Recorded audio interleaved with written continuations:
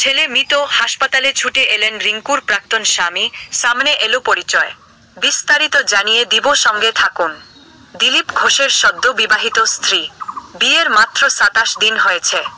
এরই মধ্যে রিঙ্কু মজুমদারের প্রথম পক্ষের ছেলে প্রীতম ওরফে সঞ্জয় দাশগুপ্তের মৃত্যু হয়। মঙ্গলবার সকালে সাপুরজি আবাসনের ই ব্লকের দোতলার ঘর থেকে উদ্ধার হয় প্রীতমের নিথর দেহ। আর এই ঘটনাকে ঘিরেই সামনে এলো রিঙ্কুর প্রথম পক্ষের স্বামীর পরিচয়। জানা যাচ্ছে, রিঙ্কুর প্রথম পক্ষের স্বামী অর্থাৎ প্রীতম ওরফে সঞ্জয়ের বাবার নাম রাজা দাশগুপ্ত। তিনি বিসপুর উত্তরপাড়া নবনগরের বাসিন্দা। রিঙ্কু মজুমদার বিবাহ বিচ্ছিন্না ছিলেন। দিলীপ ঘোষকে বিয়ের সময় তিনি জানিয়েছিলেন, তিনি বহু বছর ধরেই একা থাকেন। ছেলেকে একাই বড় করেছেন, তাকে সমাজে প্রতিষ্ঠিত করেছেন, তারপর তিনি নিজের কথা ভেবেছেন। একাধিক সংবাদ মাধ্যমে সে কথা বলেছিলেন রিঙ্কু। কিন্তু ততক্ষণে একবারের জন্য ওঠে রিঙ্কুর প্রথম পক্ষের স্বামীর প্রসঙ্গ।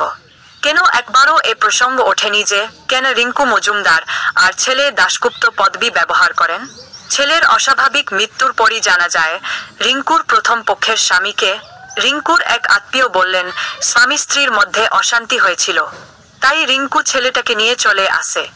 অনেক কষ্ট করেই বড় করেছিল ছেলেটাকে, অনেক লড়াই করেছিল। মঙ্গলবার সকালে ফ্ল্যাটের ঘর থেকে শায়িত অবস্থায় উদ্ধার হয় প্রীতমের দেহ। বালিশের পাশে বা পাশ থেকে বেশ কিছু ওষুধও উদ্ধার হয়। পারিবারিক সূত্রে জানা গিয়েছে, একাধিক রোগে আক্রান্ত ছিলেন প্রীতম। তার নার্ভের সমস্যা ছিল, তিনি ওষুধ খেতেন।